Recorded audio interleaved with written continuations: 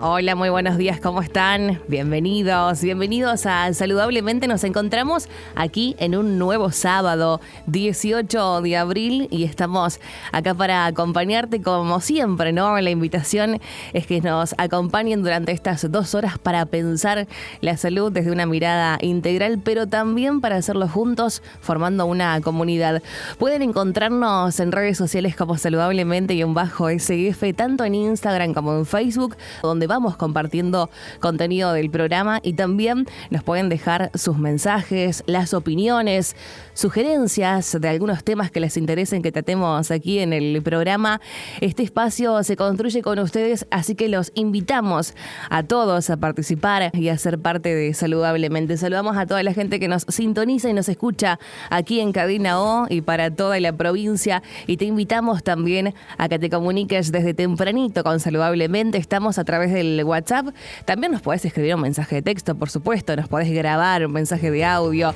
Estamos a través del 3425-596-596, que es el contacto con la radio. Y bueno, comenzamos ya a esta hora. El cuerpo no es una máquina, es historia, procesos y señales. Aprender a escucharlo también es salud. Esta sección se llama Cuerpo en Equilibrio, en Saludablemente. Y la voz forma parte de nuestro bienestar integral, de nuestro cuerpo, y en cómo nos relacionamos con los demás, en la vida cotidiana y también, por supuesto, en lo profesional. Y en esta sección hablamos justamente de eso, de todo lo que hace nuestro bienestar cotidiano y la idea de equilibrio como una forma de estar, ¿no? En este mundo. Un equilibrio que no es solo físico, sino que también tiene que ver con lo emocional, con lo vincular, donde el cuerpo, los hábitos y la voz también tienen un rol central. En el marco del Día Mundial de la Voz, que fue esta semana que se conmemoró el 16 de abril, retomamos esa fecha aquí en Saludablemente para seguir poniendo en agenda este tema, ¿no? La voz es esa herramienta que utilizamos todo el tiempo y que parece que no estamos cuidándola lo suficiente. Por eso en esta sección vamos a charlar con 2 fonoaudiólogas para entender por qué es importante cuidarla, qué hábitos la afectan y cómo podemos prevenir también el desgaste vocal. Nos visita, están aquí en estudios, al lado mío, María Milagros Cirelli, que es licenciada en Fonoaudiología, matrícula 512-1, L1F15, y también está María Lucía Machado, licenciada en Fonoaudiología, matrícula 577-1, F17L1. ¿Cómo están, chicas? Bienvenidas, gracias por estar aquí en estudios visitándonos. Hola, ¿cómo estás? Espera, muy bien. Esta semana fue el Día Mundial de la Voz y realmente nos parecía importante poder poner en agenda este tema que, digo, más allá del día de, está bueno que empecemos a hablar de esto. Y lo primero, como para ubicar a la gente, pensaba cómo surgió este término del Día Mundial de la Voz. Bien, como bien mencionaste, esta semana se conmemoró el Día Mundial de la Voz, que se celebra cada 16 de abril. Esta iniciativa surgió en Brasil en el año 1999, donde se hizo una campaña a nivel nacional para la prevención de las disfonías, es decir, de las alteraciones vocales, y también para concientizar a esta población. Esta campaña fue tan exitosa que luego se llevó a cabo en Estados Unidos alrededor del año 2002 y a partir del año 2003 expandió todas sus fronteras y empezó en otros países como ser en Argentina. Hoy mundialmente la recordamos como el Día Mundial de la Voz, y este año, en 2026, lleva como lema Cuidando nuestras voces. ¿Y qué es la voz? Para empezar, es muy importante recalcar lo que es la voz, que es el aire que sale de nuestros pulmones y pasa por las cuerdas vocales que se encuentran en la laringe. La laringe es una estructura que se encuentra en el cuello que participa en la respiración, en la deglución y en la fonación, es decir, en la producción de la voz. Cuando nosotros respiramos, estos pliegues vocales, mejor conocidos como cuerdas vocales, se encuentran abiertos, pero cuando empezamos a producir el sonido, sale el aire de nuestros pulmones que pasa por estas cuerdas vocales, hace que se plieguen y contacten, empiezan a vibrar para producir este sonido. Perfecto, bien. Ahí tenemos entonces qué es y cómo se produce. ¿Y por qué es tan importante cuidar nuestras voces? Bueno, acá también es muy importante entender que cada voz es única y nos permite identificarnos como personas y diferenciarnos de cada uno. La voz, como bien habían comentado en un principio, es una herramienta para todas las personas y es una herramienta de comunicación y es un medio de expresión. Y también nos permite eso, el poder expresarnos libremente. Y de acá, bueno, la importancia de poder cuidarla. ¿Y qué pasa si no cuido mi voz? Cuando nosotros hacemos un uso prolongado de la voz, ¿sí? Pero no tenemos en cuenta ciertos cuidados, que bueno, más adelante vamos a mencionar un poco con Lucy, aparece esto que se denomina como la difonía, ¿sí? Que la difonía es una alteración que se da en la voz, y se da porque se perturba la comunicación y se altera el modo natural que tiene la voz para poder producirse. ¿Qué es lo que pasa en una difonía? Se altera una o más de las cualidades de la voz. Por ahí estos términos a algunos les puede resonar, a otros no, pero tiene que ver con la altura tonal, la intensidad. La altura tonal, por ejemplo, tiene que ver con la rapidez en la que vibran las cuerdas vocales, que Lucy hoy comentaba. Estas cuerdas tienen un movimiento oscilatorio. ¿Sí? La intensidad tiene que ver con esa amplitud de esa onda, ¿sí? Que bueno, de acá también salen otros términos como por ejemplo la duración. Y todo tiene que ver con la capacidad del aire que nosotros estamos emanando para hacer vibrar esa cuerda, por así Totalmente. decirlo. Y bueno, hay otras cuestiones que tienen que ver con la acústica del sonido, que esos son temas apartes, ¿no? Claro. Que están muy relacionados. Y también pensaba, ¿qué pasará? Digo, muchas personas por ahí deben estar transitando alguna afección. Vos decías difonía, por ejemplo. ¿Qué pasa cuando no se trata? Pensaba, cuando se arrastra, si es que se puede tratar, por supuesto. Bien, a ver, cuando no se trata aparecen los síntomas, como vos habías comentado en un primer momento, este carraspeo, el dolor, la fatiga. Eso se los contaba fuera de aire. Les contaba, y ponemos en contexto, que utilizaba como locutora mi voz 6 horas y media y de repente entré en un reposo vocal que me hizo sanar distintas carrasperas y como afecciones que estaba teniendo en la garganta. El reposo, realmente, el silencio, el llamarse el silencio o no totalmente. explotarla por demás a la voz, realmente fue algo que me hizo bien. Eso es lo que le contaba a las doctoras antes del aire. Y también algo que es importante saber es que esto nos puede afectar a todas las personas, ¿sí? Claro. Desde niños, adolescentes, hasta adultos, y de acá vuelvo a remarcar la importancia de saber cuidar la voz y el famoso término de salud vocal. Claro, dentro de esto que hablábamos de qué pasa si no cuido mi voz, digo, ¿para quién es? ¿A quién puede afectar todo esto? Esto puede afectar a niños, adolescentes, adultos, docentes. Un típico ejemplo que hoy lo charlábamos con Lucy antes de venir, como para que sea más fácil entenderlo. Un docente que trabaja en una escuela con 20, 30 niños, no sé bien cómo es la división de los cursos. Sí. Imagínense estar en una jornada completa, todo el tiempo gritando y elevando la voz. Obviamente ese docente llega a final de la jornada sin voz. Entonces y pasa muchísimo eso. Sí, el mal uso de la voz. Tal cual. El mal uso, como también nosotras lo denominamos, el mal uso o abuso vocal. Que a ver, no es que uno lo haga a propósito, esto tiene que ver con mucho desconocimiento que hay. Claro. Y bueno, por eso acá la propuesta del exigencia, día de hoy. obviamente, que uno le pone a su voz. Y trabajan mucho por ahí con profes que se acercan a alguna consulta porque están con problemas. ¿Sí? ¿Son muchas? Sí, es una de las demandas más frecuentes. Digo, cuando empieza a pasar que veo que mi voz está afectándose, bueno, pongamos el caso de un docente, ¿no? ¿Se puede volver para atrás? ¿Se puede sanar y volver a cuidar esa voz? ¿O queda ya como marcada en ese sentido? Hay una serie de pautas a tener en cuenta. Sí. Cuando el paciente llega al consultorio con síntomas de dolor, carraspeo, hay un seguimiento que tiene que ver con esto. Bueno, primero voy a acudir al profesional que es el otorrino, el médico, claro, ¿sí? Quien va a poder hacer toda una serie de estudios para poder diagnosticar y determinar, bueno, qué es lo que tiene este paciente, qué es lo que le pasa en su voz. Y a partir de ahí poder acudir al fonoaudiólogo para poder llevar a cabo un tratamiento. Por supuesto va a depender de cada persona, ¿sí? Si puede llevar a cabo estas pautas de higiene, los ejercicios.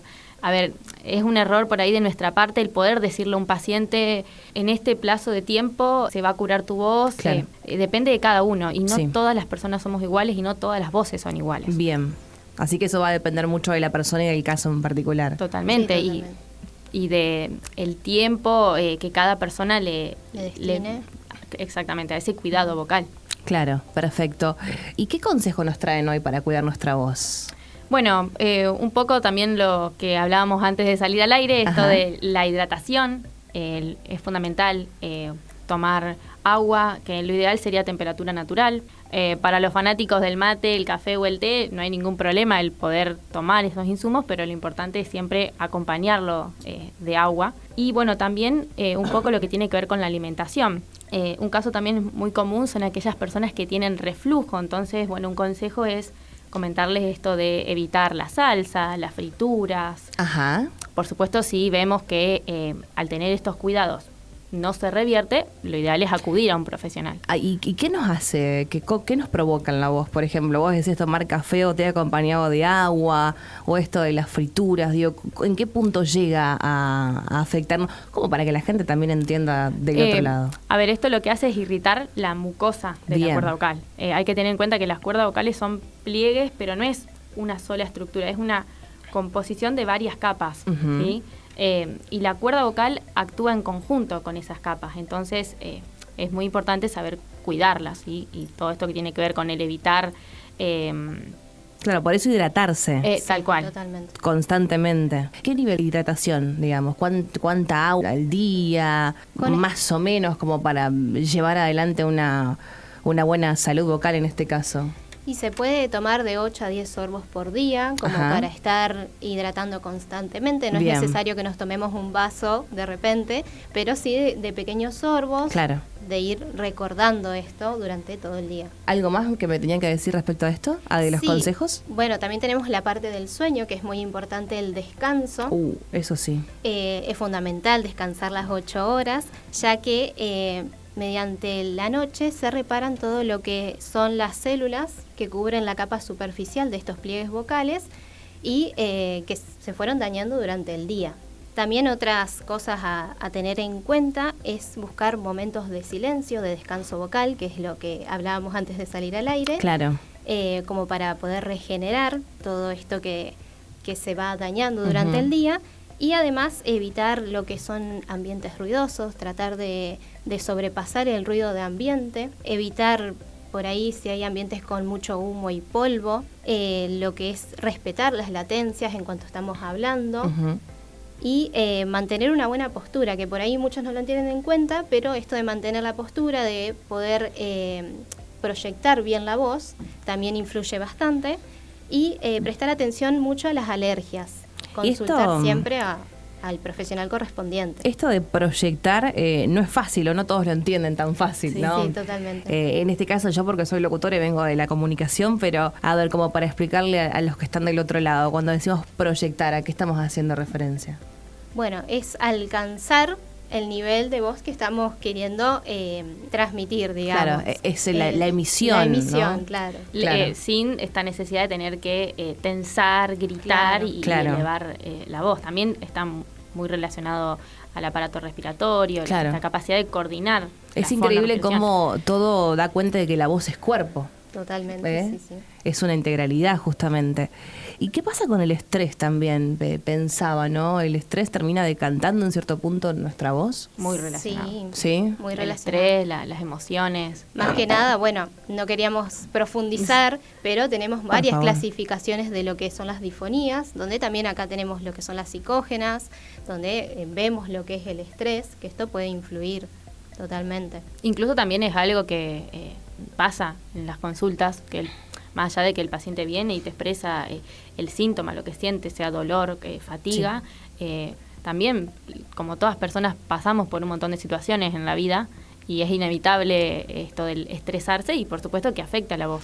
Pero todo, yo, a ver, como para ejemplificar, uno está triste y se te cierra la garganta, Sí, ¿viste? totalmente. O incluso tenés bronca y se te cierra la garganta, estás enojado, estás feliz, digo, y todo termina repercutiendo en cierto punto en la voz, tanto en el color como en la capacidad de aire. Es impresionante cómo realmente todo está conectado en ese sentido. Sí, sí. Sí, sí, ¿Eh? sí. La verdad que sí.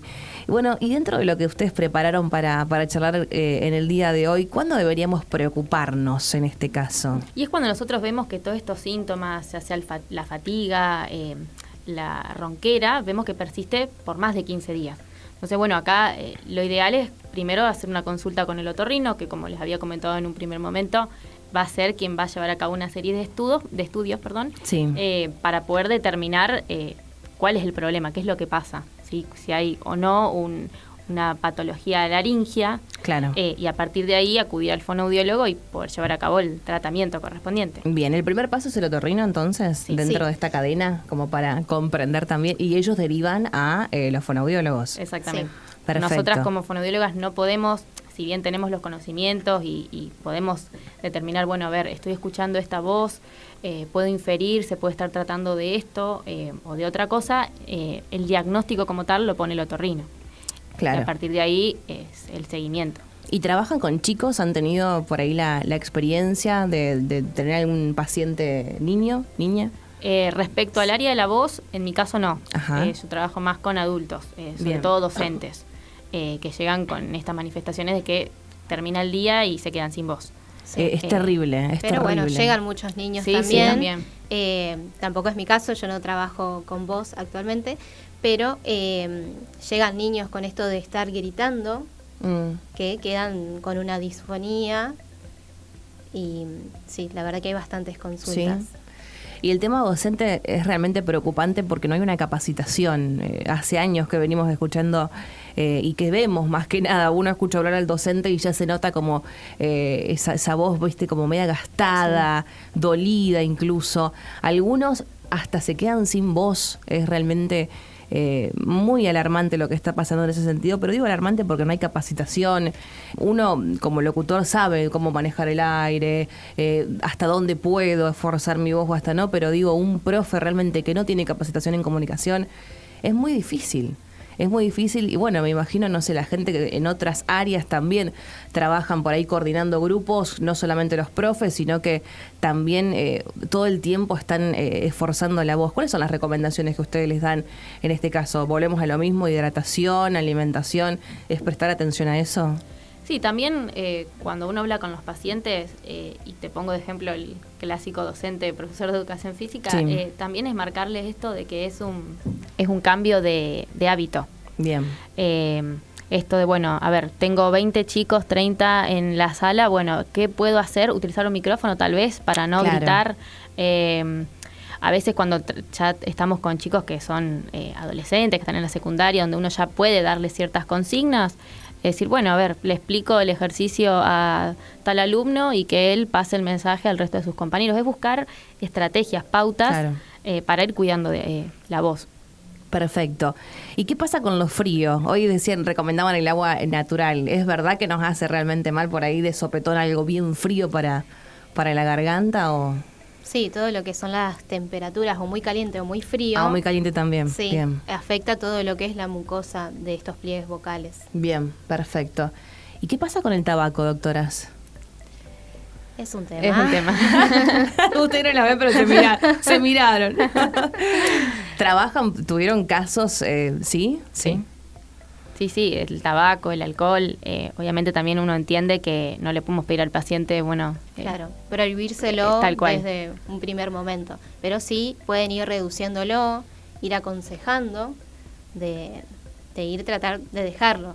¿El alcohol también irrita? Sí. ¿Sí? Mira. ¿Y cuál es la recomendación que hace? ¿Acompañarlo con hidratación a la par? Sí. Qué difícil igual, Es que porque estamos totalmente. hablando de un consumo que hasta puede llegar a Claro. ser problemático incluso. Sí. Lo ideal En sería exceso. dejar de consumirlo lo más posible, Claro. pero bueno. Ustedes trabajan Crean en Santo Tomé. Sí. ¿Sí? ¿Quieren contarnos un poco acerca de eso? Bueno, CREAN es unos consultorios, una institución donde trabajamos, somos más de 30, 40 Sí, profesionales, un montón. bastantes. Opa. Y bueno, hay fonoaudiólogos, kinesiólogos, terapistas ocupacionales, Bien. psicopedagogos, Neurólogos. neurólogos. Espero no estar olvidándome de nadie. Somos, la verdad, un grande y muy lindo grupo. Y bueno, trabajamos con Qué niños, adolescentes, adultos. Por supuesto, cada profesional tiene su especialización, su área Bien. de incumbencia. Pero bueno, sí, estamos en Santo Tomé. Bueno, perfecto. Lo importante y creo que lo que tenemos que resaltar acá es prestarnos atención. Creo que esa es la recomendación que podemos dejar. No sé qué les parece a ustedes. Sí, totalmente. Sí. Escucharnos, prestarnos atención, ver cuando realmente algo me está incomodando, me está doliendo o no me estoy sintiendo como antes. Y bueno, y a partir de allí empezar a hacer el recorrido de ver quién puede ayudar, qué profesional puede ayudarme en este caso. Bueno, chicas, gracias por habernos acompañado. Gracias a vos por invitarnos. Gracias a Lucy, a Mili. Les recuerdo, ellas son licenciadas en fonoaudiología. Lucía María Machado es licenciada en fonoaudiología, matrícula 577-1, F.17 y L1. Y también está aquí acompañándonos María Milagros Cirelli, que es licenciada en fonoaudiología, matrícula 512, L.1, F.15. Bueno, vinieron a acompañarnos aquí para contarnos un poco acerca de cuáles son los cuidados que tenemos que tener en cuenta en el Día Mundial de la Voz, que fue el 16 de este mes, de abril. Y bueno, y en cierto punto queríamos retomar esta fecha porque nos parece más que importante aquí en esta sección que se llama Cuerpo en Equilibrio. Salud no es solo ausencia de enfermedad, es prevención, movimiento, cuidados y hábitos. En Cuerpo en Equilibrio hablamos de prevención, tratamientos y calidad de vida. Esto es Saludablemente. Salud integral, posible y accesible. Le mandamos un beso a otro de nuestros amigos, a Oscar, que está ahí del otro lado. Hola, buen día, bendiciones, Sheila, muy lindo el programa. Hola, amigo, gracias por acompañarnos. Y bueno, eso es lo lindo de la radio, ¿no? Poder estar conectados con la gente que nos quiere escuchar, que nos elige en distintos puntos de la provincia de Santa Fe, porque no solo estamos en la capital de la provincia, estamos en un montón de localidades. Estamos en Rosario, en San Lorenzo, en Cañada de Gómez, Firmat, Casilda, en Venado Tuerto, Rufino, en San Javier y en toda la zona de San Javier, San Justo, Rafaela, Sunchales, Ataliba, Lema, en San Cristóbal, a la gente de Vera, Tostado, Reconquista, Avellaneda. Estamos en toda la provincia y ahora nos vamos a un nuevo segmento. Sentir no es debilidad, es parte de estar vivos.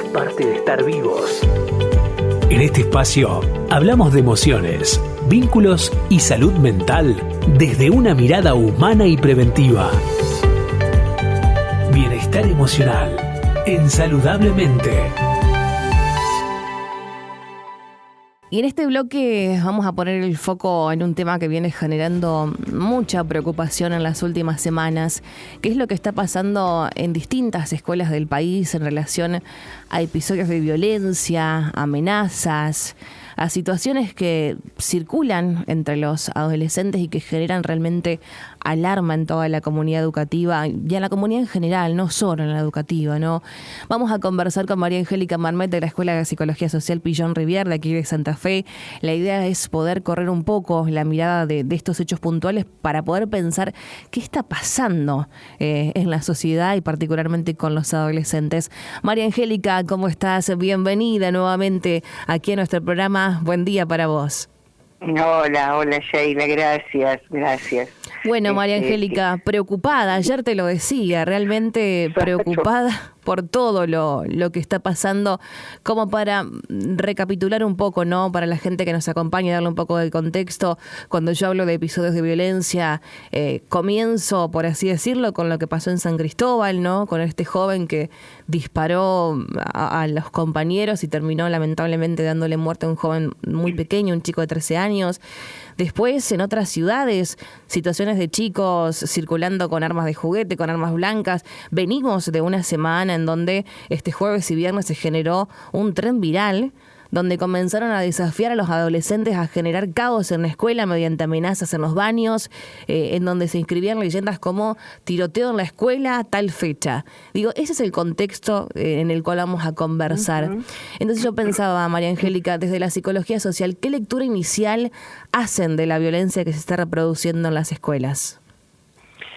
Bueno, primero, lo primero que hay que decir es que ese contexto que vos marcás es importante para mostrar el avance de esta palabra que usaste, el avance del desarrollo de una cuestión que desorganiza, que desestructura profundamente en distintos lugares y básicamente vos dijiste la comunidad, exactamente. Yo creo que lo que está pasando en las escuelas no es producto solo de las escuelas, sino que está pasando a la comunidad. Es decir, me parece que nos afecta, nos impacta. Efectivamente, esta semana fue tremenda en ese sentido, generando, te diría, miedo, zozobra, mucha angustia, mucha impotencia en algunos sectores, lo cual también hay que empezar a pensarlo, pero digo, bueno, me parece que lo que está ocurriendo tiene que ver con algo que a nuestra sociedad le ha pegado muy fuerte, le ha pegado muy duro, porque ha terminado de demostrar una enorme fragmentación que se venía dando, ¿no? Es decir, hace mucho tiempo, y con vos hemos hablado muchas veces, de una sociedad fragmentada, de vínculos que en realidad han quedado absolutamente minimizados, que la propuesta en general hegemónica ha sido, bueno, hacé la tuya, sos vos mismo, podés sin el otro, y bueno, y se fue generando un individualismo de tal calibre, de tal modo, hemos dicho en varios momentos, un individualismo radical, que en realidad termina en esto, en esta vivencia de que cada cual se tiene que arreglar solo, y eso en un punto produce no solamente la vivencia en un momento de que eso te da potencia, sino que cuando se producen los hechos te muestra lo que en verdad es, que estás solo, que estás desamparado, que quedas impotente. Entonces son muchos los elementos que hay que analizar en el marco de la situación que se ha dado. Totalmente. Después, sí. No, te escucho. No, te iba a sumar, ¿no? Que dentro de todo esto que ha pasado y todas estas situaciones, los padres y la gente que acompaña, las familias que acompañan, no saben qué hacer con esta situación, claro, y que se vuelve hasta desesperante, ¿no? Porque estamos hablando de un lugar como la escuela, un lugar tan importante, una institución tan importante, que hoy ya no es un lugar seguro. Bueno, pero por eso creo que efectivamente, y yo te diría, me parece que las primeras respuestas, vos mencionabas en términos históricos lo de San Cristóbal, sí, las primeras respuestas tuvieron que ver, bueno, qué pasó en esa escuela, y después qué pasó en esa familia, hasta que aparecieron las redes sociales como un elemento importantísimo que estaba atrás de la escena. Ahora, después esto se replicó en lo que venís mostrando, que termina en esta semana, en un jueves y viernes, que esto que decís, muchísimos padres quedaron realmente muy angustiados y muy preocupados, y las instituciones educativas ni hablar. Entonces, digo, me parece que no es una cosa sola, no es ni una familia, no es un niño, no es un adolescente, no es una escuela, es algo está sucediendo a nivel de la organización social que en realidad nos termina o nos lleva a vivir situaciones como esta. Y yo frente a esto te diría, quiero como llamar la atención de dos cosas. Sí. Una es la banalización que se está produciendo sobre estos hechos, sobre estos y sobre otros.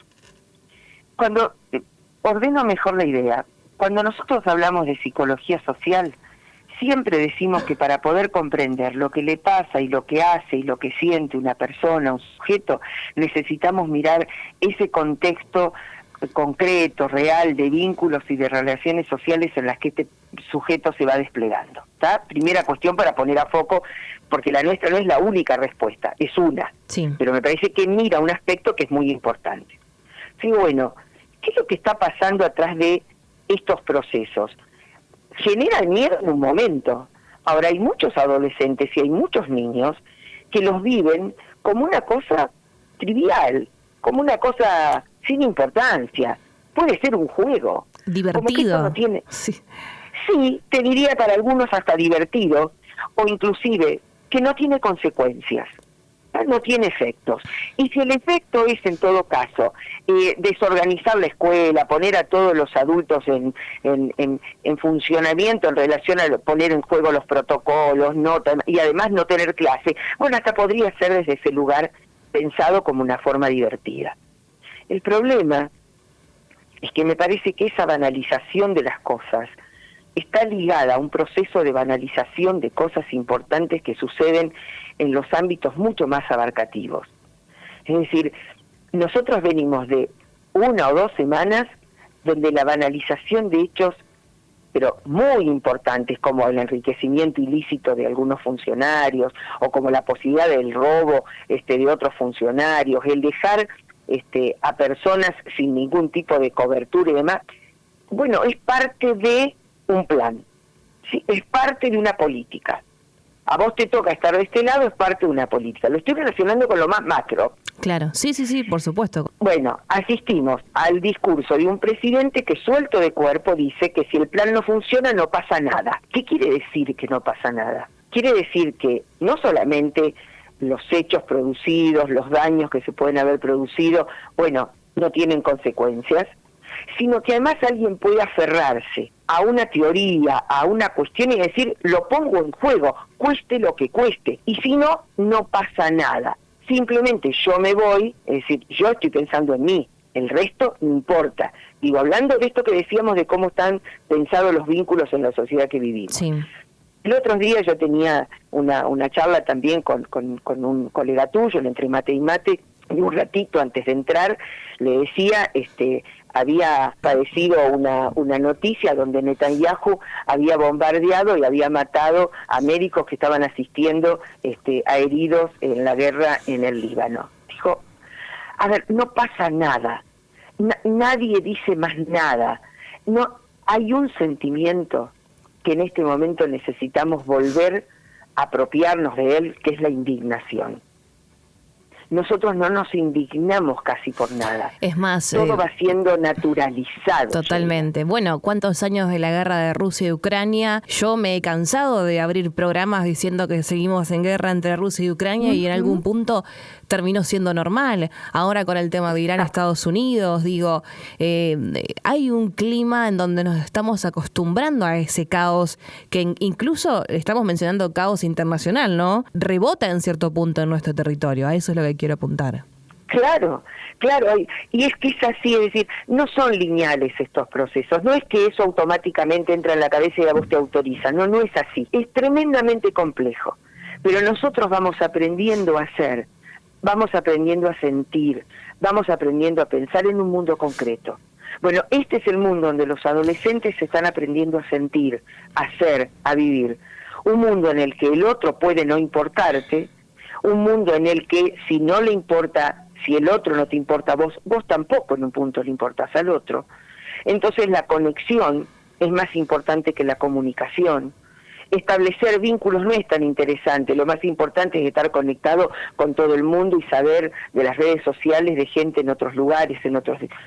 Bueno, esa lejanía que aparece como cerca, pero que es enorme lejanía, sí, te va dejando en ese lugar donde luego podés ser desafiado, que es la palabra que se usó en estos 2 últimos días aquí mucho en Santa Fe, podés ser desafiado por alguien a través de las redes y desafiar a que desafíes la autoridad, a que vayas más allá de lo normado, más allá de las reglas y hagas algo ¡wow! No, es tremendo, es tremendo. Y yo pienso también, se me pone la piel de gallina realmente, porque digo, ¿cuál es el límite, María Angélica? Hubo una muerte, estamos hablando de la muerte de un adolescente en el medio. Bueno, yo te diría, es tan grave como eso que decís, pero me parece que justamente, mira, vos decís cuál es el límite, y ayer hablábamos con una compañera que me decía, tenemos que empezar a prevenir. Y yo digo, las dos están poniendo los 2 puntos, como si fueran las 2 caras de una moneda que en realidad tenemos que empezar a tirar, y que es la moneda de recuperar el diálogo, recuperar la posibilidad de hablar de las cosas, hablar de estos temas, generar un espacio donde alguien pueda decir lo que le pasa y no retarlo, juzgarlo, decirle así no es, claro, sino empezar a aprender a pensar con. Por lo tanto, estamos tan lejos de prevenir que mejor ni te cuento, ¿sí? Y en realidad necesitamos atender esta cuestión de urgencia, pero esto es a largo plazo.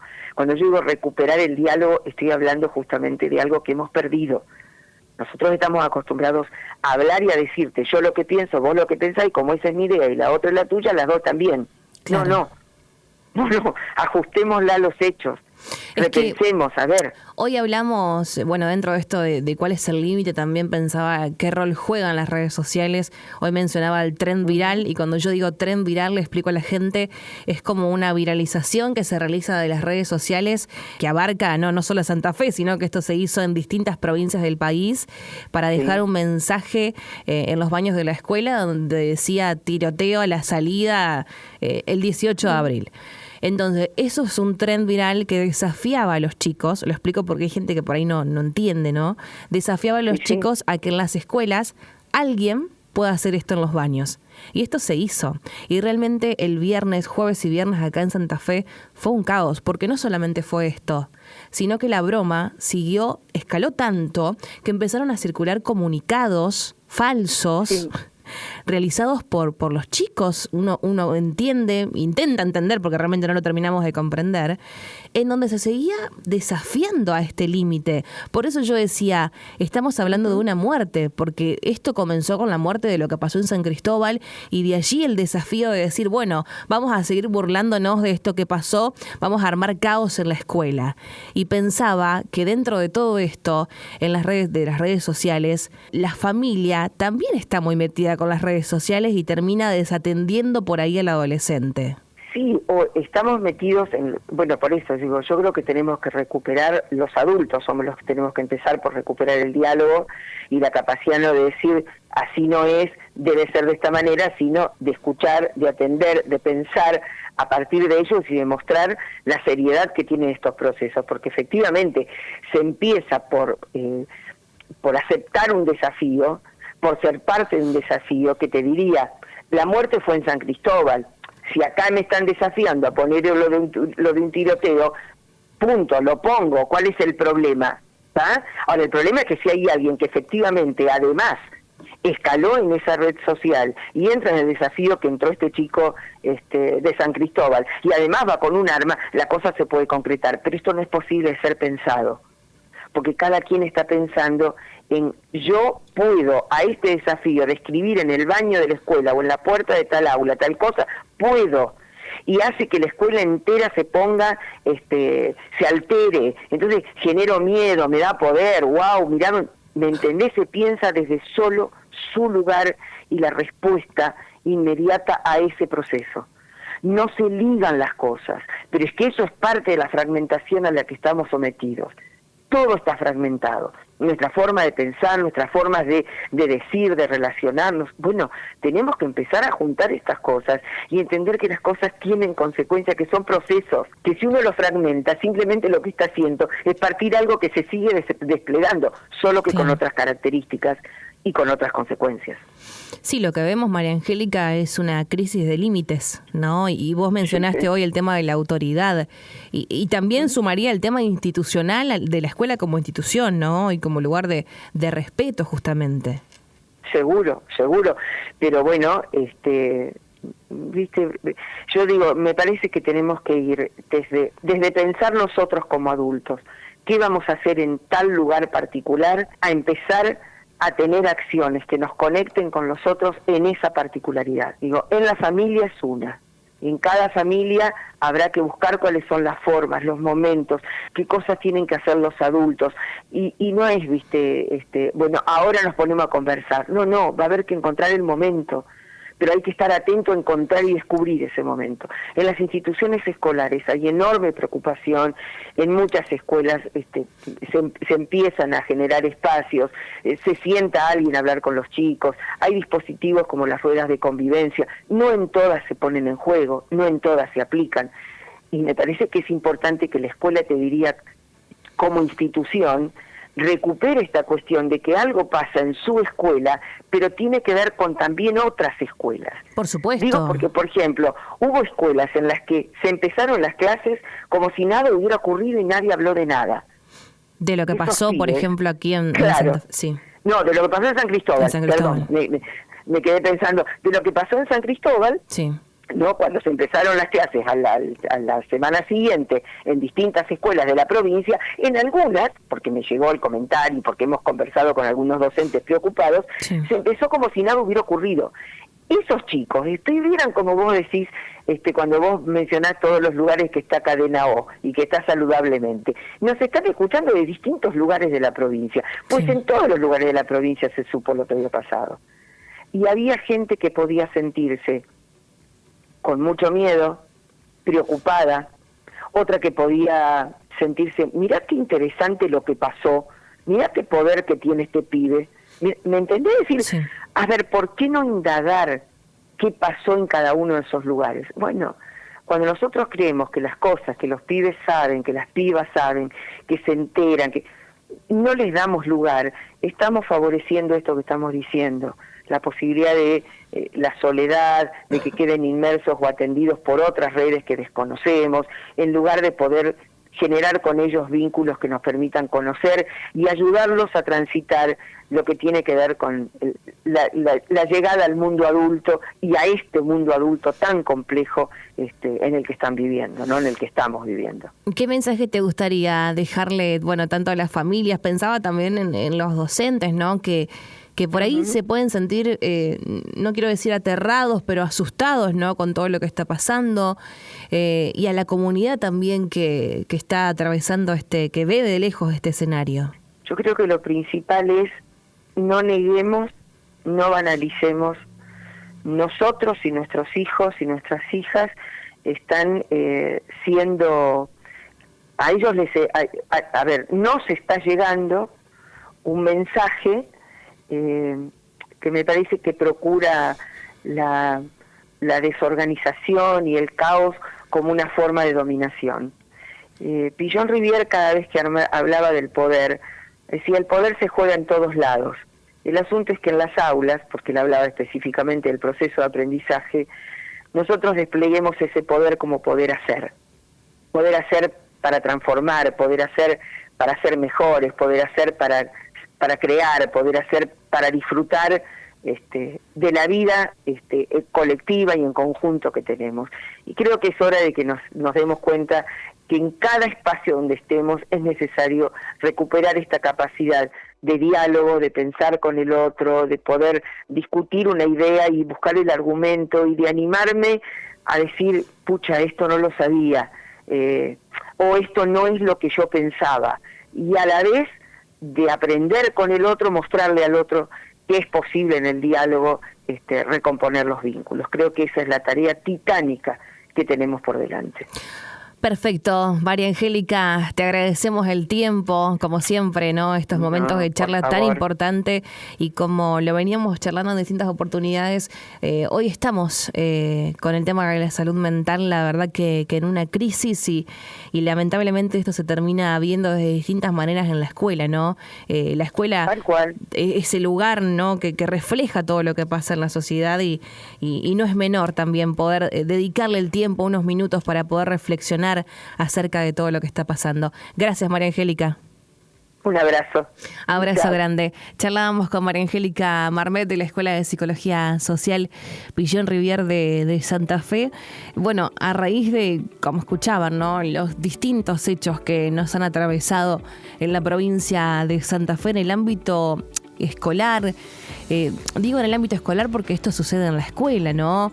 Desde lo que pasó en San Cristóbal con este joven, que fue un hecho terrible y creo que ha marcado un antes y un después en la provincia, con otras distintas situaciones que pasaron en distintas ciudades. Santo Tomé fue una de ellas, por ejemplo, en donde, bueno, los chicos se hacen eco de esto que pasa, de estos hechos violentos, y terminan como generando situaciones de broma, llevando, por ejemplo, un arma de juguete a la escuela. Hubo también muchas publicaciones en redes sociales, que vaya a saber uno si son verdad, ¿no?, en distintas provincias también, que los chicos tomaban esta disposición.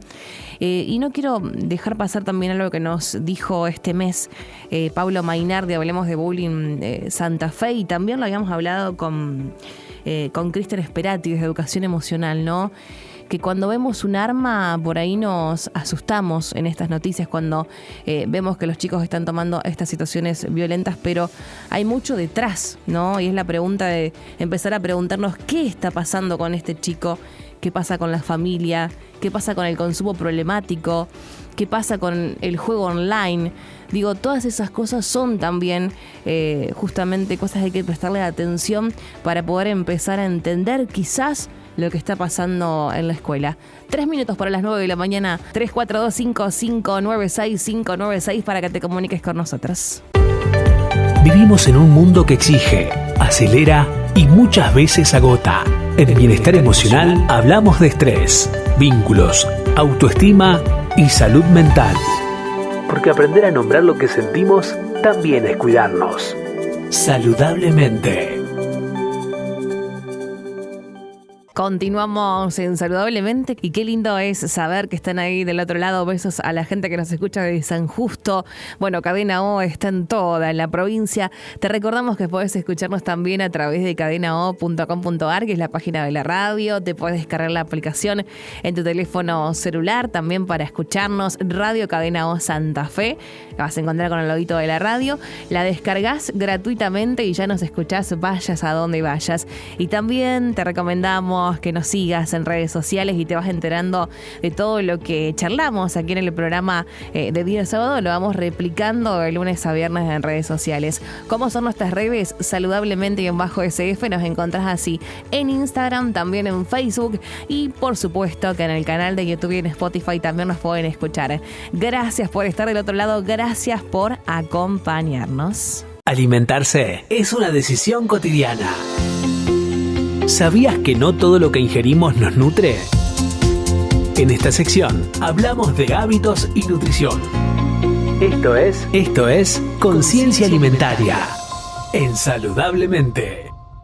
Y en esta sección vamos a poner el foco en un tema clave cuando hablamos de salud a largo plazo, que es la alimentación, ¿no? La alimentación, en este caso en la primera infancia, un momento fundamental del desarrollo donde no solo se incorporan alimentos, sino que también se empiezan a construir hábitos, vínculos y formas de relacionarse con la comida. Vamos a conversar con Agustina Strebuli, que es licenciada en nutrición, especializada en nutrición infantil y psicología de la alimentación, matrícula profesional 1269. Agustina cuenta con más de 10 años de experiencia, con trayectoria docente y experiencia en trabajo en equipos interdisciplinarios. Agustina, bienvenida a nuestro programa. Es un placer contar con vos para poder abordar este tema tan sensible para la familia. Hola, buenos días. ¿Cómo estás, Agus? Buen día. El gusto es mío, el placer es mío. Muchas gracias por la invitación. Estoy muy contenta de hoy estar en este espacio tan lindo. Gracias, Agus. Bueno, para comenzar, pensaba, ¿no? Como primera pregunta para ubicarnos en tema, ¿qué se considera primera infancia? Bien.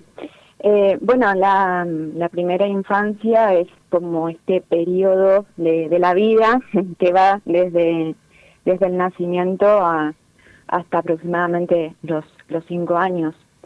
Bueno, es una etapa, como vos decías, una etapa donde se van construyendo hábitos, vínculos. No es solo una etapa clave para el desarrollo de lo que son las habilidades físicas, como bueno, aprender a caminar, a hablar, no sé, también habilidades cognitivas, sino también esto que vos nombrabas, de poder construir una relación con la comida y también con el propio cuerpo. ¿Y cómo se construyen hábitos en esta etapa? Vos decías, desde el nacimiento que comienza esta primera infancia. Sí. Desde el nacimiento se va construyendo este vínculo con la alimentación. Yo siempre digo que los hábitos en la infancia se van construyendo a partir de la repetición y del ejemplo.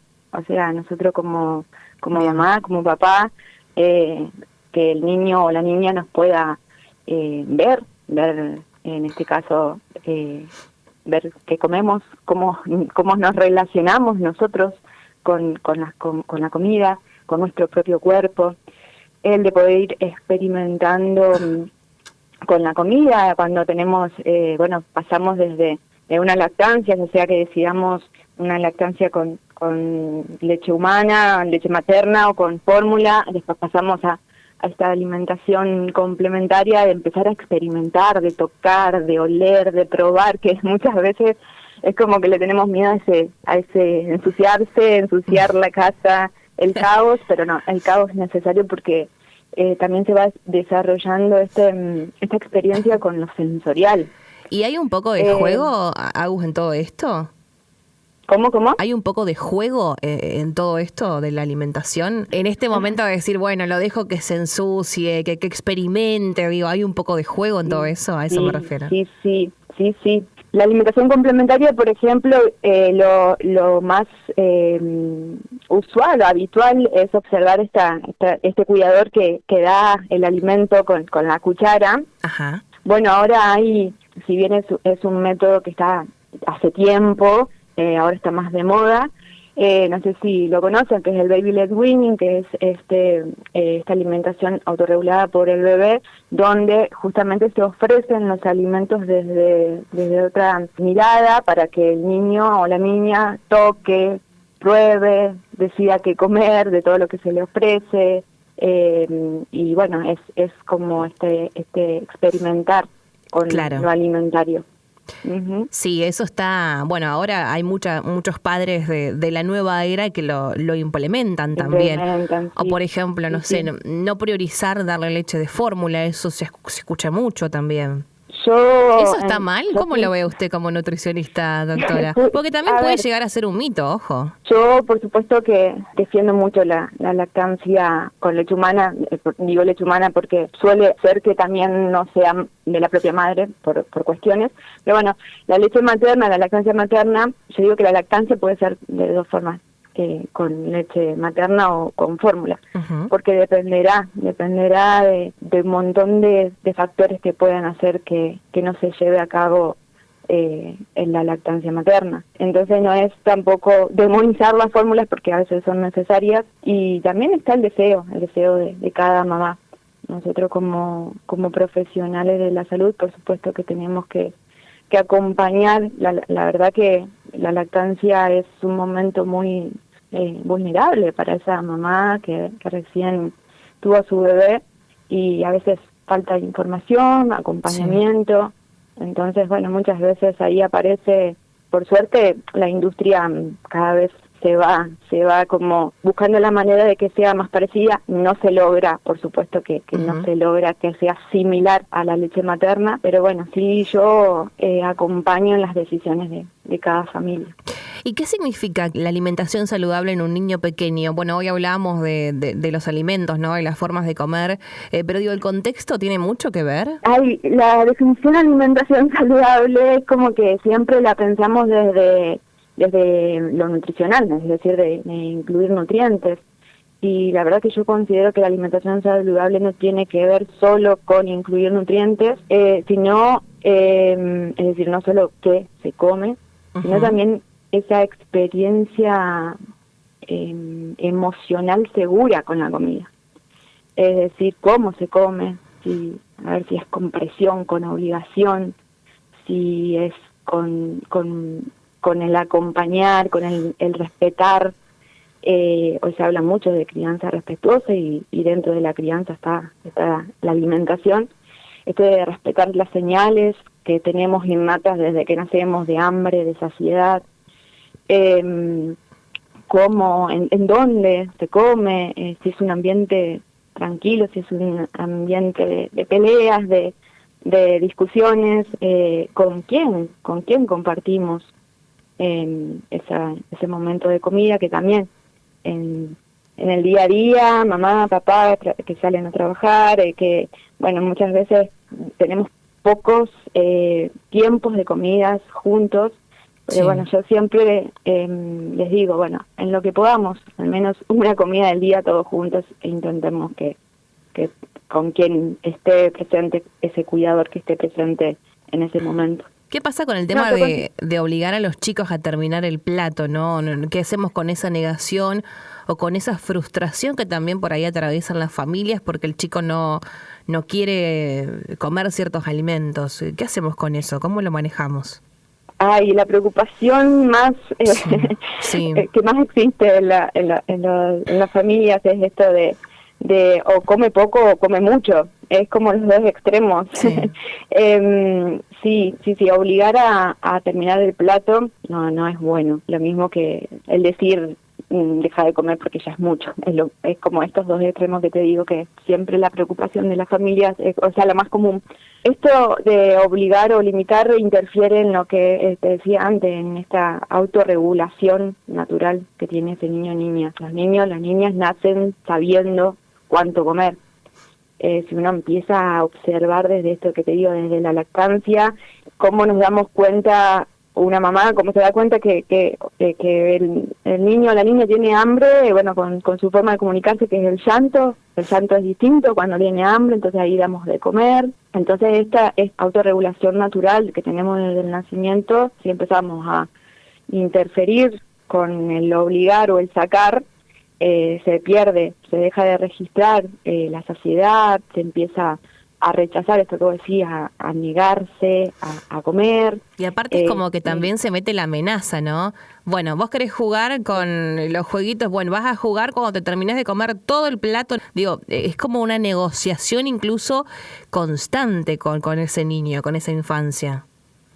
Sí, esto de usar la comida como premio castigo. Exacto, sí. Sí, tal cual. Por eso ahí es donde está el acompañamiento hacia las familias, de poder ir, entendiendo y aprendiendo cómo podemos, porque tenemos un papel muy importante como madres, como padres, como cuidadores, en esta relación saludable con la comida. Y también es muy importante la relación que tenemos nosotros como adultos con la comida. Claro, en esto de dar el ejemplo también es lo que decías vos al comienzo. ¿Y cómo podemos pensar, cómo podemos hacer para introducir un nuevo alimento sin generar rechazo? ¿Hay alguna técnica, alguna fórmula mágica, doctora, algo? Paciencia.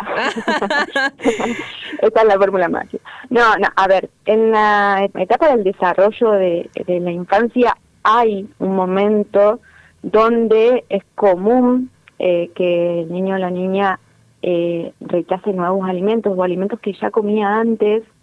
Pero si antes comías brócoli y ahora no quiere saber nada. Entonces es normal, hay entre el año, los 3 años, hay una etapa que se llama neofobia, no sé si me han escuchado, que es este rechazo natural a nuevos alimentos o alimentos que antes se consumían y ahora no, que tiene que ver con una supervivencia natural de desarrollo. Entonces, ¿qué podemos hacer ahí nosotros como familia?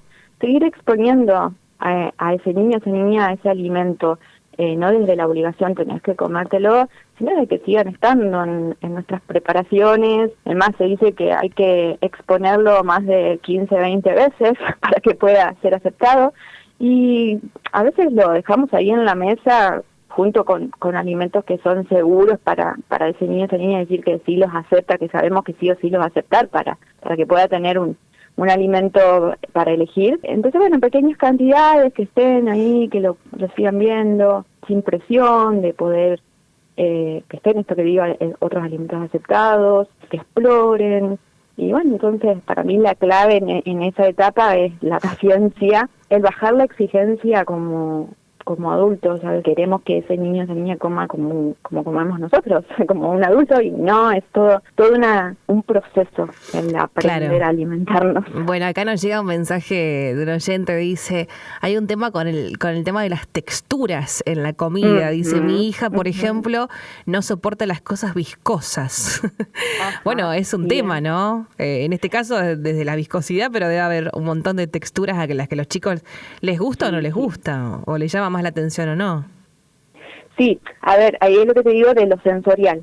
Hay niños o niñas que tienen una aversión sensorial a los alimentos, y ahí trabajamos, por ejemplo, en cómo podemos, primeramente, con los alimentos aceptados sensorialmente, poder ser que sea dentro de una alimentación más completa, suficiente, y después de a poquito se trabaja mucho en interdisciplina con lo que es terapia ocupacional, con una ideología, o sea, ya cuando hay algo más sensorial, más severo, o sea, porque ahí pasamos a esta etapa no normal del desarrollo, que es la neofobia, a una selectividad alimentaria. Después, por supuesto, que va a haber alimentos que como adultos también nos pasa que nos gusten y otros que no. O sea, no Yo siempre mi digo, niña va a aceptar todo. en mi vida adulta digo, no es que no me guste, no lo prefiero. ¿Viste? Claro, Uno va sí, eligiendo también sí, qué es lo tal que hace cual. parte de tu dieta. Y es Bien, más, más a veces hay que como- comer cosas que no nos gustan mucho, pero las tenemos que comer. Sí, ahí está, ahí está. No, sí, esto de que tenemos preferencias alimentarias y tenemos aversiones alimentarias, esto a todo ser humano nos pasa. Entonces hay personas que les gusta todo y hay personas que les gusta menos, pero ahí cuando ya hay una condición de lo sensorial y sí hay que trabajarlo desde otro lugar, por supuesto. Y entonces lo que hay que tener en cuenta es, escuchar, prestar atención, ver, ¿no? Lo que le gusta o en lo que hay que trabajar mucho más, y también en las rutinas que nosotros como adultos generamos con la comida y con el momento de sentarnos a comer también. Sí, sí, sí. En verdad, en la etapa de crecimiento, en lo que es la crianza en su totalidad, necesitamos rutinas para los niños y las niñas. O sea, las rutinas a las infancias les da cierta seguridad. Entonces, por esto que vos decís, ordenar nuestros tiempos de comida es importante. ¿Y cuáles son los errores más frecuentes que usted ve, digamos, o con los que ha trabajado también? En lo que respecta a la alimentación infantil, sí. lo veníamos hablando un poquito de lo obligar a comer, a terminar el plato, al usar la comida como premio, como castigo.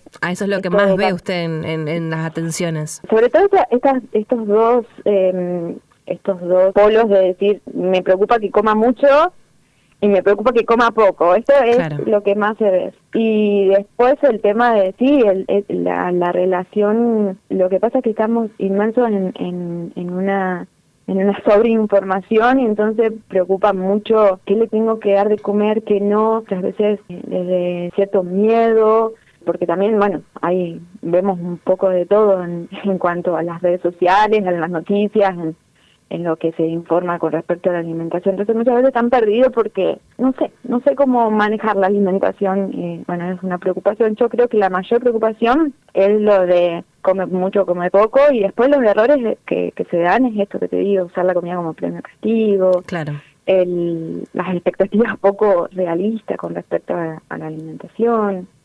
Si tuviéramos que recomendar o contarle a la gente qué alimentos son importantes en esta primera infancia, ¿cuál nos conviene evitar? Para mí todos los alimentos son importantes. Bien. Todo dependerá de también las decisiones alimentarias de la familia. Por supuesto, yo puedo decir es importante consumir carne, pero hay una decisión familiar de seguir una filosofía vegetariana, vegana. Entonces, bueno, habrá alimentos importantes para esa familia en otro sentido, pero bueno, la variedad de alimentos, legumbres, frutas, verduras, huevo, carnes, bueno, la variedad alimentaria, yo le diría, bueno, por eso todos los alimentos son importantes. Y después me decías que evitar. Claro, ¿qué cosas conviene evitar por ahí en esta primera infancia? Evitar aquellos alimentos que por alguna condición de este niño o niña no lo pueda comer. Yo siempre digo, esos son los alimentos que tienen que evitar el niño o niña. Es decir, si tiene una celiaquía, evitar los alimentos con gluten. Si tiene una alergia a la proteína de leche de vaca, tiene que evitar alimentos que la contengan. Entonces, ahí el evitar. Después habrá alimentos que tienen una mayor densidad nutricional y que necesitamos incorporar como con más frecuencia que otros que tienen una menor densidad alimentaria, pero que los decidimos quizás incorporar en un contexto por el solo hecho de que es placentero comerlo, porque me gusta, ¿entiendes? Claro, sí, por supuesto. Bueno, Agustina, creo que hemos charlado largo y entendido acerca de la alimentación en la primera infancia. ¿Nos faltó mencionar algo o algo que quieras resaltar? No, creo que no. No sé si ustedes tienen alguna duda, si alguien de los oyentes quiere preguntar algo, pero creo que lo hemos abordado todo. Bueno, Sí, perfecto. sí. Yo la verdad que te agradezco que te hayas tomado el tiempo y que nos hayas atendido y para poder charlar un poquito acerca de esto que como lo mencionábamos con el tema de la leche materna, ¿no? Creo que hay tanta información hoy que en las redes sociales de lo que la gente puede hacer y no con sus hijos y por ahí poder frenar un poco y charlar con tranquilidad acerca de estos temas y con la gente que se dedica a trabajar de forma profesional, me parece que es urgente, ¿no? Y que hay que atenderlo y que hay que hacer que este mensaje circule. Así que desde mi lugar agradecerte, Agustina.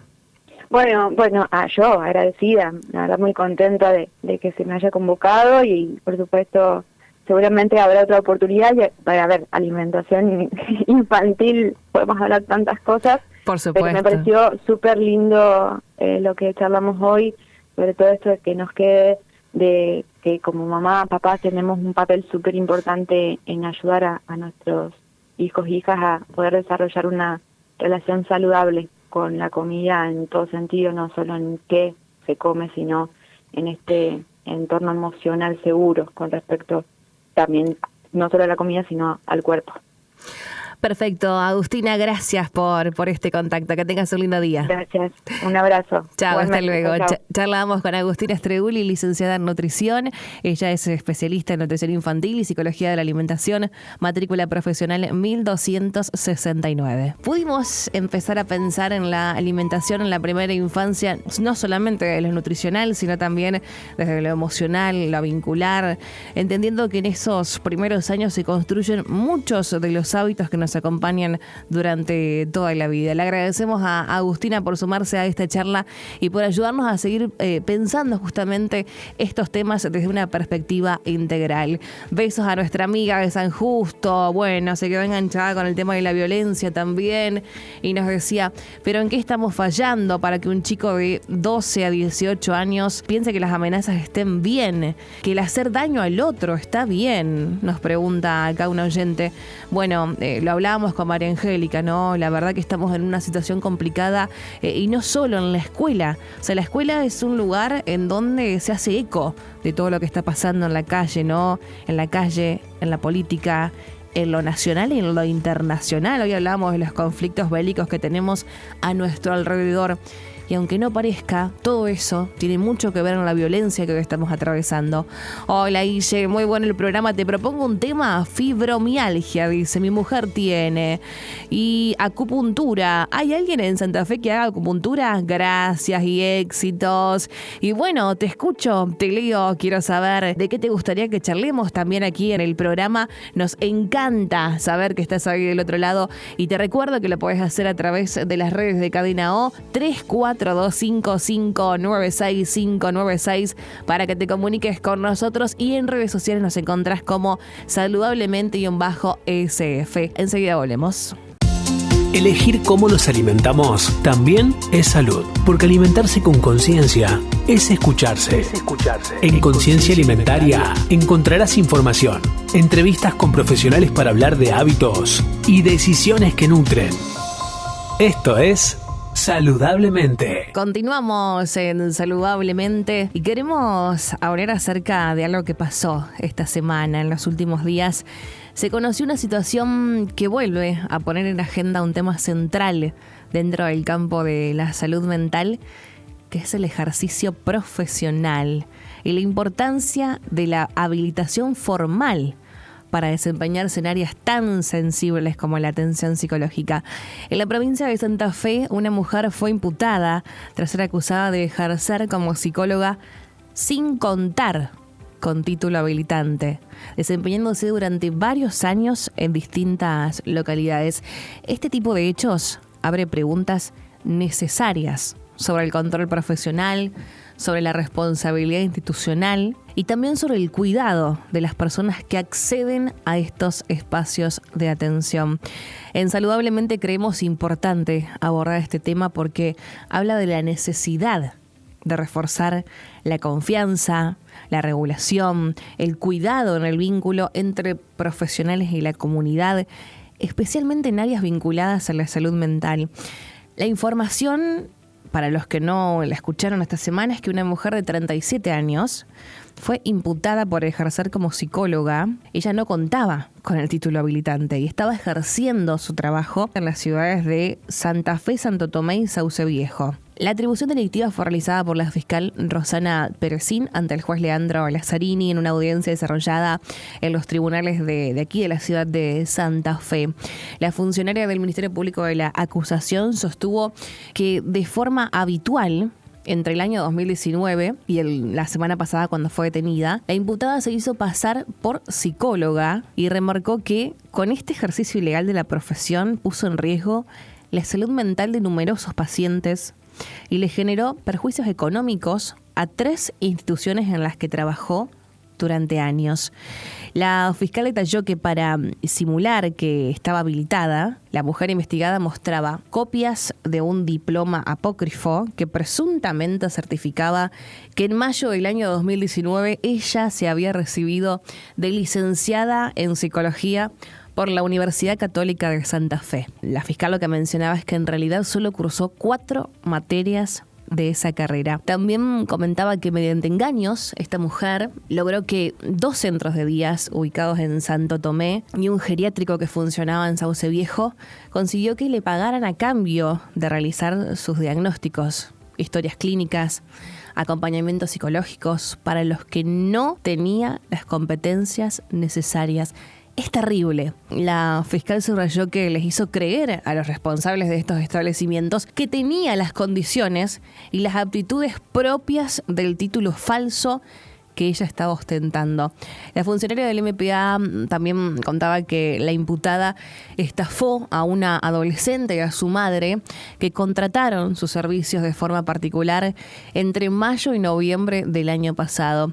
Según precisaba, les cobraba por sesiones de psicoterapia que les impartió de manera ilegal en la ciudad de Santa Fe.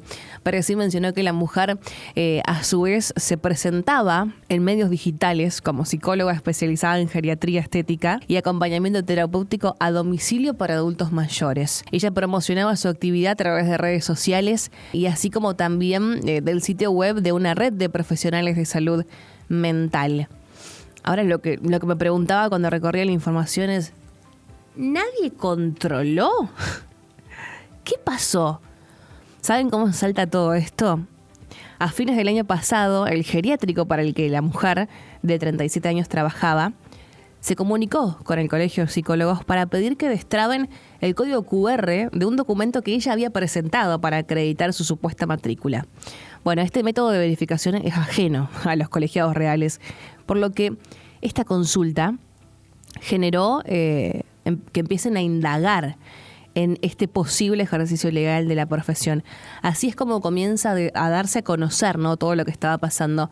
A la mujer investigada se le atribuyó la autoría de los delitos de estafa, uso de documento falso, usurpación de título y arrogación de títulos profesionales, estafas y ejercicio ilegal del arte de curar. A raíz de esto, desde el Colegio de Psicólogos de aquí de Santa Fe hicieron llegar un mensaje para compartir en este espacio con el objetivo de brindar información y aclaraciones sobre lo sucedido, sobre la importancia del ejercicio profesional regulado. Vamos a escuchar a Lautaro Carreras, él es secretario de prensa de la Comisión Directiva del Colegio de Profesionales de la Psicología de aquí de Santa Fe. Mi nombre es Lautaro Carrera, soy psicólogo y soy el secretario de prensa junto con Vanessa Godoy de la Comisión Directiva del Colegio de Profesionales de la Psicología de Santa Fe. Y queríamos aprovechar la oportunidad para recordarle a la comunidad que siempre que decidan iniciar tratamiento psicológico con un profesional, es fundamental que puedan cerciorarse de que el profesional está matriculado en el Colegio de Profesionales de la Psicología de Santa Fe, ¿sí? Lo pueden chequear ingresando al link que es de la página del colegio, cpsf.org.ar/matriculados. Ahí van a poder chequear que el nombre y apellido del profesional que hayan elegido esté dentro de la lista de los profesionales matriculados. Y es importante porque que un profesional esté matriculado lo que implica es que hay una institución, que es el colegio, que responde a la ley provincial 9538 del ejercicio profesional de los psicólogos y que estipula cuáles son los estándares de calidad, ¿no? Los estándares profesionales, éticos, científicos, sanitarios, que debe cumplir la atención psicológica que todos nosotros brindamos a nuestros pacientes, a nuestros usuarios y usuarias, y habilita que los usuarios y las usuarias nos denuncien ante el Tribunal de Ética cuando esos estándares no se cumplen, ¿sí? Es una medida que busca proteger a los usuarios y a las usuarias ante posibles mala praxis, ¿no? Posibles malas prácticas psicológicas, para proteger de los posibles daños a la salud mental y a la salud integral que esas malas prácticas puedan traer aparejados, ¿sí? Bueno, muchas gracias por el espacio. Desde el colegio te agradecemos mucho por darnos la oportunidad de reforzar esta medida de protección que nuestra legislación habilita para con la población. La escuchábamos a Lautaro Carreras, que es secretario de prensa de la Comisión Directiva del Colegio de Profesionales de la Psicología de aquí de Santa Fe, www.cpsf.org.ar. La sección matriculados van a poder generar la consulta. Es importante este mensaje del Colegio de Profesionales de la Psicología de Santa Fe para poner a volver el foco en algo fundamental, que es la importancia de poder acceder a atención psicológica con profesionales que estén debidamente matriculados y que estén habilitados para ejercer la profesión. En un área tan sensible como la salud mental no se trata solo de una cuestión formal, sino de una garantía de cuidado, de ética profesional y de protección para quienes consultan. Este tipo de recordatorios también nos invita a informarnos, a preguntar y a chequear siempre antes de iniciar un tratamiento. Bueno, lo escuchábamos de las mismas profesionales, ¿no?, que estuvieron acompañándonos durante toda la mañana. Hoy hay tanta, pero tanta información con el tema de las redes sociales y del uso del teléfono que hay que empezar a prestar atención. Esto es Saludablemente, un espacio basado en el respeto, la responsabilidad y el compromiso con la comunidad. Porque la salud es un derecho y el bienestar una construcción cotidiana. Saludablemente. Saludablemente. Salud integral, posible y accesible. 16 de abril, la fecha que veníamos recorriendo hoy con el Día Mundial de la Voz y que la traemos aquí en Saludablemente porque nos parece más que importante para poder charlar acerca de cómo cuidar nuestra herramienta tan poderosa para la comunicación. Y también 16 de abril, ¿saben qué fecha pasó? El Día Mundial del Ocio. ¡Apa! La tenías a esa, ¿no? Mirá a Santiago. Santiago Gorza acompañándonos en la operación técnica, ¿eh? No está de más decirlo. Y en un contexto donde el ritmo de vida moderna está cada vez más acelerado. Bueno, lo veníamos charlando, ¿no? Estamos atravesados por la digitalización de una manera impresionante hoy. Y estamos en una cultura del hacer constantemente. Cada vez se vuelve más difícil distinguir entre el tiempo de trabajo y el tiempo de descanso. En este escenario, el Día Mundial del Ocio, promovido por la Organización Mundial del Ocio y acompañado por distintas instituciones, cobra un sentido especial, porque no se trata simplemente de no hacer nada, sino de recuperar algo mucho más profundo, que es el derecho al tiempo propio, a la recreación, al desarrollo personal por fuera de las exigencias productivas. Distintos especialistas coinciden en que el ocio es una pieza clave para el bienestar psicosocial. Es decir, no es un lujo ni un tiempo perdido, sino una experiencia que favorece la libertad, la creatividad y también el vínculo con otros. De hecho, el derecho al descanso y al tiempo libre está reconocido desde el año 1948 en la Declaración Universal de los Derechos Humanos. Sin embargo, en la actualidad, ese derecho muchas veces se ve limitado por el estrés, por la sobreexigencia y la dificultad de desconectar. Y además pensaba, hoy en la vida que estamos llevando adelante, en el contexto social que estamos llevando adelante, en donde vemos que la gente no llega a fin de mes, que se le complica económicamente y que tiene que tener ya no 2, hasta 3 o 4 entradas económicas para su propia vida, ¿no? Digo, ¿dónde queda el ocio? ¿Dónde queda ese momento para el descanso? Porque el ocio no es solamente frenar y dejar de trabajar, sino también es poder reconectar con lo que a uno le gusta, con los deseos, con los vínculos afectivos, sin la presión constante del ser productivo. También hay un punto importante en relación a lo social, que es que el acceso al ocio no es igual para todos. Por eso esta fecha también busca poner en agenda la necesidad de generar políticas públicas que garanticen espacios culturales, deportivos y recreativos accesibles, entendiendo que el ocio también es una herramienta de equidad. Y pensaba en la gratuidad también de estos espacios. Cuán importante es que existan espacios gratuitos para la recreación, desde la actividad física hasta el juego, el encuentro. Eso es muy importante para poder pensar el ocio. Si lo desglosamos, si nos vamos a un diccionario, que es la parte que más me gusta porque soy profe de lengua, entramos en la RAE, por ejemplo, ¿no? Ocio, ¿qué significa? Cesación del trabajo, inacción o total omisión de la actividad. Y en este punto, también vale frenar un momento y preguntarnos, ¿nos damos realmente tiempo para el ocio? ¿Cuánto tiempo le dedicamos? ¿Y ese tiempo es realmente de descanso? ¿O seguimos pensando en el trabajo, en las preocupaciones, en todo lo que tenemos que hacer? ¿Qué hacemos cuando tenemos un rato libre? ¿Lo compartimos con otros? ¿Lo usamos para nosotros? ¿O simplemente lo dejamos pasar? Y quizás lo más importante es preguntarnos e intentar reconocer cómo nos sentimos después de ese tiempo. ¿Realmente nos permite recargar energías? ¿Desconectar y volver a nosotros? Y en ese contexto aparece otro desafío, que es el lugar de las pantallas. Muchas veces lo que llamamos ocio digital termina siendo un consumo pasivo de redes, lo que no genera un descanso y una desconexión real. Entonces la invitación es volver a formas de ocio más conscientes, la lectura, el movimiento, el encuentro con otros o incluso algo tan simple como detenerse un momento y estar presentes. Porque en definitiva, integrar momentos de disfrute en la vida cotidiana no es un lujo, es una necesidad.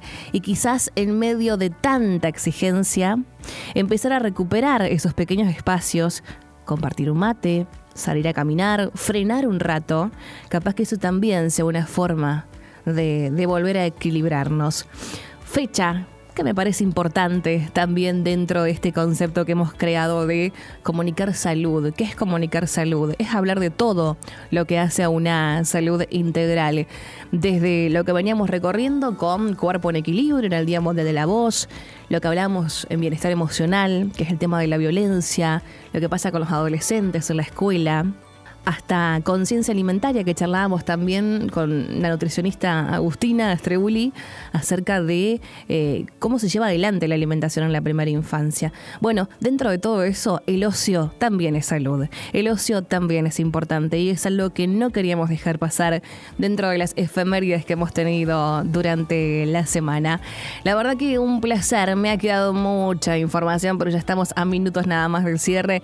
Quiero agradecerle a la gente que se ha sumado este último tiempo, estas últimas semanas al programa. Se van moviendo en las redes sociales, estamos creciendo y la verdad que estamos contentos porque la gente que se suma a nuestra comunidad es gente realmente interesada en hacer un clic en su vida y sumar al bienestar integral. Y eso para mí es lo más importante, ¿no? Poder dejar una semillita, poder ayudar a que la gente pueda reflexionar en torno a lo que es llevar una vida más saludable y el porqué de eso, ¿no? Es poder entender el porqué y en cierto punto que eso nos va a ayudar a vivir mejor y todo esto, todo lo que hablamos, salud mental, cuerpo, voz, ocio, todo hace a que podamos llevar adelante una vida saludable. Te invito, si llegaste tarde, te recuerdo, podés escucharnos en YouTube y en Spotify, nos encontrás como saludablemente_SF y te espero en Instagram, que no estuvo andando en el día de hoy. Estaba medio raro el tema de la red social Instagram, estamos en Facebook, pero te esperamos, cuando funcione te esperamos a que nos sigas y nos puedas acompañar por ahí. Ha sido un placer. Sheila Escobar es mi nombre, me dicen Ille, en la operación técnica Santiago Gorza acompañándonos también con la musicalización y será hasta el próximo sábado. Gracias. Chau, chau.